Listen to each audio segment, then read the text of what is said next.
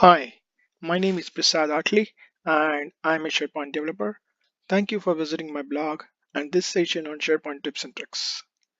In today's session, I will be covering some tricks and tips related to SharePoint list and browse through various list settings. Let's get started. Here is an agenda for today's session. I will touch base on modern experience versus classic experience while we browse through SharePoint Online. Then we will take a business use case and look at how we can configure SharePoint list views and some properties of list views like sorting, indexing, styling, etc. I will also cover how to handle large lists and how to overcome list view threshold issues and some tips about it. Then we will visit list filter web parts that are available as part of this SharePoint Classic view. Okay, let's get started. What you can see on my screen is a SharePoint team site, and this is the homepage that looks like a classic homepage that you will get as soon as a team site is handed over to you. On the left, I have various links, and one of the link is called data cards, which is a SharePoint list which I have created a while ago. As soon as I click on data cards, what I see is a list interface, but it is quite different from what we used to see earlier. This is a modern experience or a new experience that is available on SharePoint Online. This is a modern UI that is uh, that is here to stay in future, and that's what Microsoft is promoting.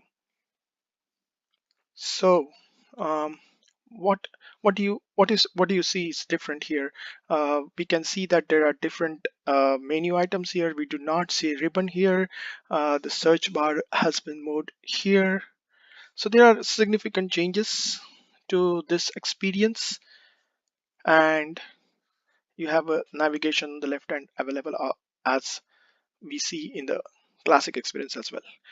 How do you go back to classic experience then?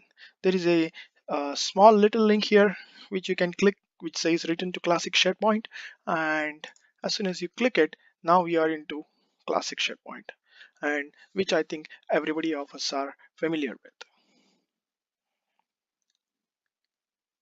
Now, classic experience is something which is not easy to view on mobile. It's not mobile friendly. However, the modern experience is. So it's up to you to choose from which experience you would like to work with.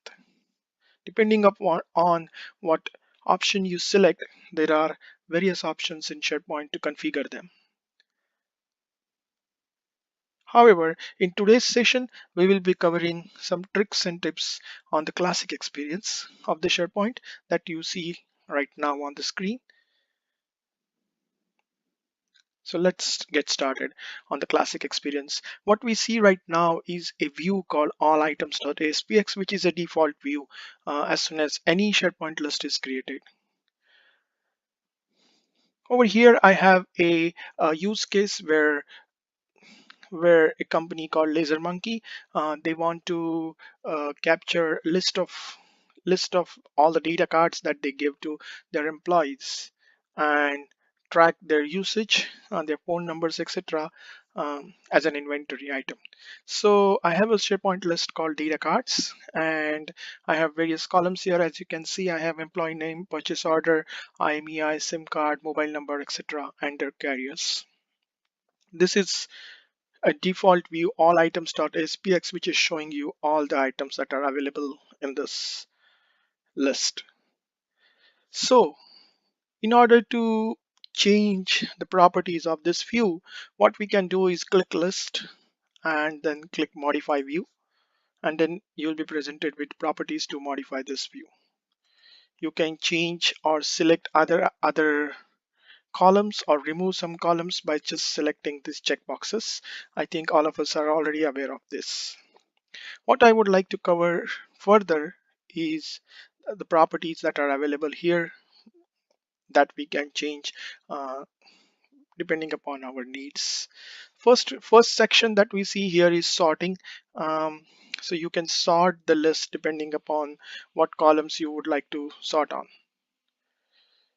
By default, you see the sorting has been applied based on ID, which is an internal column of SharePoint. You can always sort on other columns, like custom columns that you have created, like SIM card or PO, etc., etc. You can sort the item in ascending or descending order. You can add multiple sort criteria as well. Next comes the filter, and by default it is set to show all items in this view. However, you can also add a custom filters, which is again on the custom columns.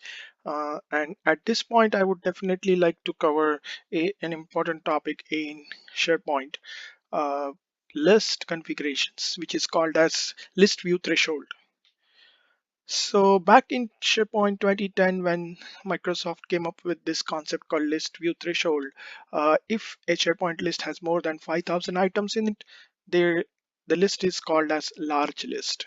So when you create a column in SharePoint or a brand new list in SharePoint, you need to know upfront if your list is going to grow more than 5,000 items. If so, then you should start thinking and plan way ahead on the columns that you need to typically filter the list data with. So what's a large list? A large list is something which has more than 5,000 items in it, and which can be which can grow more than that. So you can is there a limit to store more than 5,000 items? No. uh, so in SharePoint you can say up to 30 million list items or rows in a SharePoint list. However, what is the list threshold 5,000 means? What that means is you cannot retrieve more than 5,000 items in a single view at a given point of time. And that is because Microsoft has some challenges inside the product, which puts a heavy pressure while querying this data, and it degrades the performance. So they recommend to query less than 5,000 items in a given view. So by default, filters work on internal columns like ID created by etc. However, if you would like to filter on some other columns, then you definitely should start indexing the column. I'm going to cover indexing in a while. Going ahead, there are some other properties like group by. You could definitely group by this view based on something. So an example, now I'm going to group by this view uh, by carrier. And then you can also add another group by layer here. You can also say by default what should be the grouping style. It should be collapsed or expanded. I'm just going to keep collapse. You can also set different options for the display here. How many number of groups that you could display at any given point of time. Default shows 30. Then while you are doing group by, if you are really interested, you can also apply some totals here. So I would just say that I would like to total of employee name, and I would like to know how many employees are using the data cards for that carrier. At this point, I'm going to click OK, and let's see how it looks. Here is how it looks now, the group by clause that we have applied. So total count is equal to 3. You have one record, one employee using AT&T card and 2 employees using Verizon. So let's go back and modify our view again. And at this time, I'm going to remove the group by clause. So in order to do that, all I need to do is go here and say none. That means I'm not grouping now anymore. It's going to show me all the rows available without group by. But I still have a count equal to 3 and I just kept it to know how many number of rows I have in this view. So next thing that I think we can cover is styling. So if you go to style, the default style is applied on a view where you could see the various columns in a standard view. However, there are other style parameters available like basic table. If you select this, then it just your view will just appear like a basic table.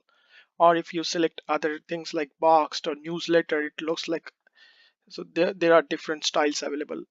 So let's try with the basic table, and all you can see is simple basic table format here, a tabular format. You do not see any um, shortcuts or any header information available here, and it goes to a classic view that we have seen in way long back in SharePoint 2003.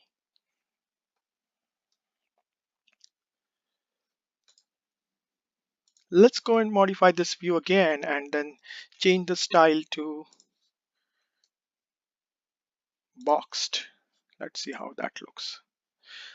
So now a different view here where each record has been appearing like a box item here. This is just another way of looking at this information. So depending upon our requirement, we can definitely take advantage of these different styles. One another style that I like typically is shaded, where it shows a shaded row, and typically it shows alternate rows with some shades. Okay, great.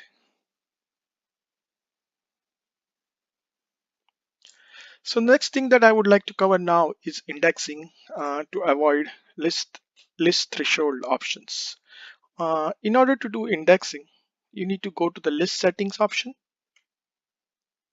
and scroll down, and right below the column list you have an option called index columns. Click that, and then it says that you can create up to 20 indices on this list.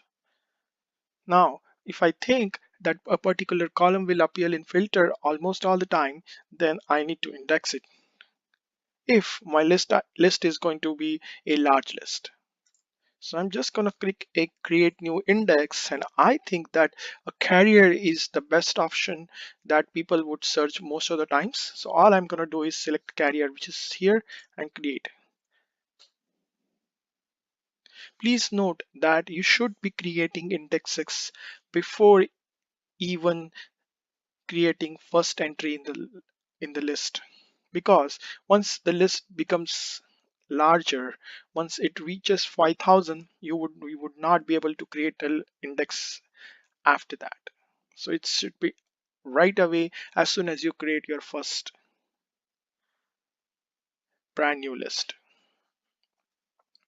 So at this point I've created a new index called carrier on the column called carrier, and that's it. So now you will be able to filter the data on this column, and SharePoint wouldn't show you list threshold error. Okay, great. So let's move ahead on some other topic now. Since we have covered sorting, indexing, and styling, let's move on another topic to use list filter web parts. So what are list filter web parts? So as you see, default, you can always sort on each of these columns. However, if you would like to take advantage of other extra features that are available in SharePoint, we could definitely do that. When in classic view, all that SharePoint does, it inserts a list view in a page that you can see here. At this point, page name is called as all items.aspx. What I can do is at this point just click this and say edit page. So if you can see now, this is a list view, which is a view of the data cards list, which is a web part itself. Now, what we can do is add some web parts on top of this, which will help us to filter this information. In order to do that, click Add Web Part and click Filters. Now, in filters, you would see different types of filters, and I would start with SharePoint List Filter. Now we have added this web part called SharePoint List Filter. In order to configure this web part, just click Open the tool pane. And then you can just select the list on which we would like to filter. At this point, I'm going to select our list called Data Cards because that's the list I'm interested in filtering the data. And then I'm going to use View All Items, which I'm already on in. Which field we want to filter the data now. So I'm going to select the field, let's say mobile number. And the description of the field is of course mobile number. Would like to set some advanced filters, like if you want to control the width or you want to ensure that you just selects a data or chooses a data, you can select that, or you can provide different default values, etc.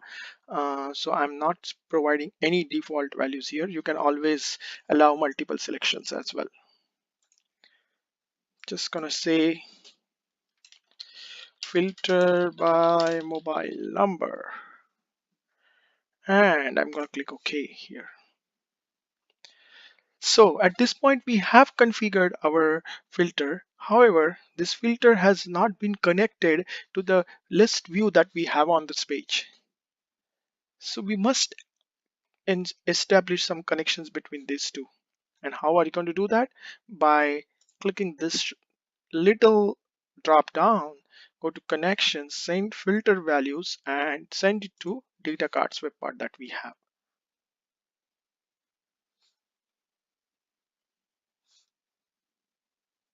And that's it.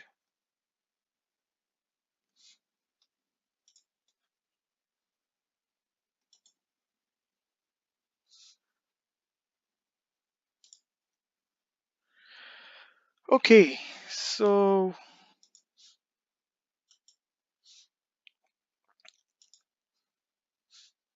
looks like this is not responding.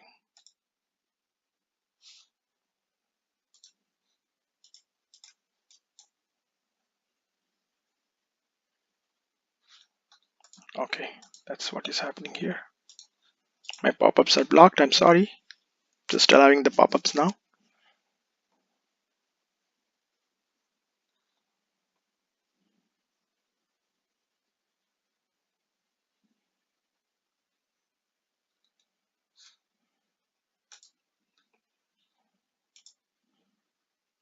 Okay, so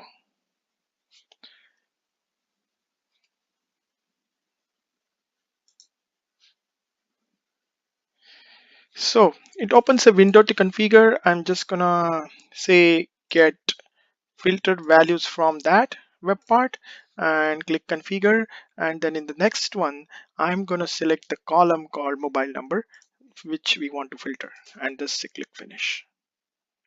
That's it. Now this web part has been connected to the other web part and we can filter the data. Click stop editing at this point. So how do you filter? I'm gonna click browse and it's gonna present me different options that I have. What it is doing, what SharePoint is doing at this point is just reading the data as is from our list. I'm gonna select one mobile number from here and click OK. And there we go. We see the data has been filtered now for this mobile number.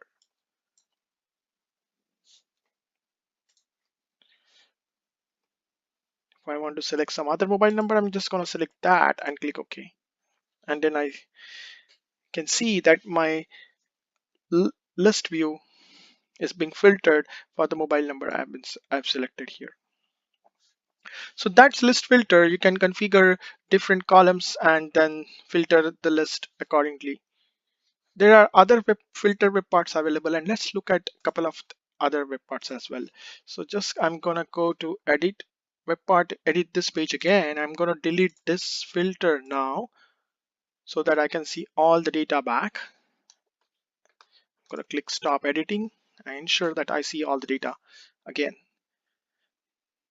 Go back again and edit page, and at this time let's add another web part called text filter. And text filter is really helpful web part where you can just enter any text, and then all that we need to do is match the text with another column and it will filter. So what I'm going to do at this point is just going to go and establish the connection to data cards web part again. It's the same concept. Get filter parameters and filter values from the text filter web part, and then I'm going to select employee name at this point because I'm interested in filtering employee name here. Please note that this filter web parts only work on exact match. That's the way they have been designed. So I have text filter here. So I would like to filter the list by employee named John. So I'm just going to type John and click enter, and I see that my list is filtered here, what I'm entering. If I delete everything, I click and I press enter again, and then I can see all the data back on my screen. So text filter really is very simple. If I type Joe and if I press enter, I don't see anything because there is no exact match with that uh, text that I entered. Cool, right? Okay, so let's go and try another filter web part here, which is another interesting web part, and this is typically used when navigating between the links or different pages. This particular one is query string URL filter. So what I'm going to do here is add this query string URL filter, and I'm going to say open this. Filter name is query string. The parameter query string parameter name, and I'm going to say PO. Default value is empty, and that's it. It's very simple configuration. Again, gonna connect this web part back to data cards,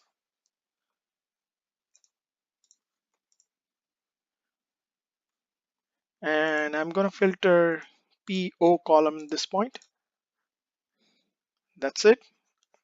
Web parts are connected now. Stop editing. So how does this work? I need to send a query string parameter at this point called PO, and equal to, I would say 12365. Let's see what happens. There we go. So what we are doing here is taking a query string parameter from the URL and filtering the data on the screen. This is very, very useful when you would like to set up connection to SharePoint page or a SharePoint list from outside the SharePoint. Let's say you have another application where you want to create a link where you click on the link and you want to send a parameter and see the information in SharePoint. So this is the best way to do that. Even within the SharePoint, if you have sites, two different sites at two different locations, and you would like to establish the connection between them and filter the data by passing some parameters, this is the way you can do it. Okay, so I guess that's it for today's session. Thanks for visiting. Thank you.